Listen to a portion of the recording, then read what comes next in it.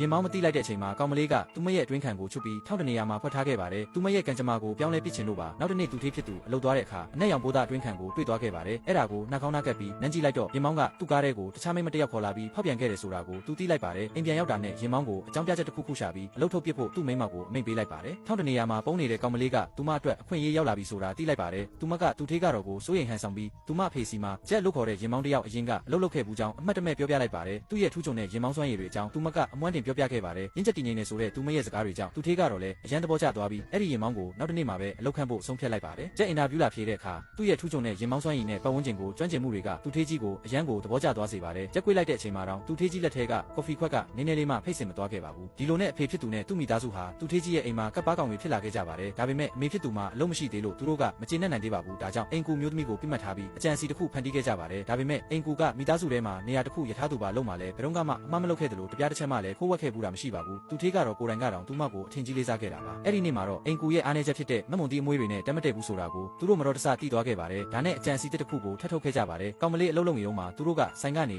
မက်မွန်တီတစ်လုံးခိုးလာပြီးအမွေးတွေကိုဂယုတစိုက်ချစ်ယူလိုက်ပါတယ်ပြီးတော့အိမ်ကူမသိတဲ့အချိန်သူမရဲ့လေပင်နောက်ကိုအဲ့ဒီအမွေးတွေအမြန်ပုတ်တက်ထည့်လိုက်ပါတော့တယ်အိမ်ကူလည်းတက်မတက်တဲ့အတွက်ဆေးရုံကိုအရေးပေါ်သွားရောက်ကုသခဲ့ရပါတယ်အိမ်ကူကိုသွားကြည့်ဟန်ဆောင်ပြီးနောက်မှာတော့ဂျက်ကသူထေးကတော့ကိုချက်ချင်းသတင်းပို့လိုက်ပါတယ်ဆေးရုံတက်နေတဲ့သူငယ်ချင်းကိုသွားကြည့်ရင်းနဲ့အိမ်ကူ TB ရောဂါစစ်ဆေးမှုခံယူနေတာကိုမတော်တဆတွေ့ခဲ့ရတယ်လို့သူကလိန်ပြောလိုက်ပါတယ်သူထေးကတော့အိမ်ပြန်ဖို့ပြင်ဆင်နေချိန်မှာကောင်မလေးကသူမရဲ့ဆံမင်တွေကိုအိမ်ကူရဲ့ခေါင်းပေါ်ထပ်ဖြန့်ချလိုက်ပြန်ပါတယ်သူကလေကားပေါ်ဖြည်းဖြည်းချင်းတက်သွားပြီးအိမ်ကူချောင်းဆိုးနေတာကိုမြင်လိုက်ပါတယ်ဂျက်ကဒီအခွင့်အရေးကိုအရယူလိုက်ပါတယ်အိမ်ကူလွင့်ပစ်လိုက်တဲ့တ िश ူးပေါ်ကိုသူကခရမ်းချင်တီဆော့စ်တွေတုပ်လိမ့်လိုက်ပြီးသူထေးကတော့ဒါကိုအစ်စ်လို့ပဲယုံကြည်သွားပါတော့တယ်ဒါတွေအားလုံးကသူ့မိသားစုကိုကာကွယ်ဖို့ပါတုံဆိုင်မနေရဲ့အဲ့ဒီနောက်မှာပဲအိမ်ကူကိုသူ့အလုပ်ထုတ်ပစ်လိုက်ပါတယ်ဂျက်ကအထက်တန်းစားအိမ်ကူဝန်ဆောင်မှုကုမ္ပဏီကဖြစ်တယ်ဆိုပြီးသူထေးကြီးကိုလိပ်စာကတ်တစ်ခုပေးလိုက်ပါတယ်မကြခင်မှာပဲသူထေးကတော့စုံစမ်းဖို့ဖုန်းခေါ်ခဲ့ပါတယ်ကောင်မလေးကဖုန်းကင်လိုက်ပြီးအသက်50အရွယ်အိမ်ကူရဲ့အတန်ကိုတမင်တက်တူပြောဆိုလိုက်ပါတယ်အချက်လက်တွေကိုသိရတဲ့အခါသူထေးကတော့လုံးဝကိုကျေနပ်သွားခဲ့ပါတယ်ဒီလိုနဲ့ပဲအမေဖြစ်သူကအိမ်ကူရဲ့နေရာမှာအောင်မြင်စွာအစားထိုးဝင်ရောက်နိုင်ခဲ့ပါတော့တယ်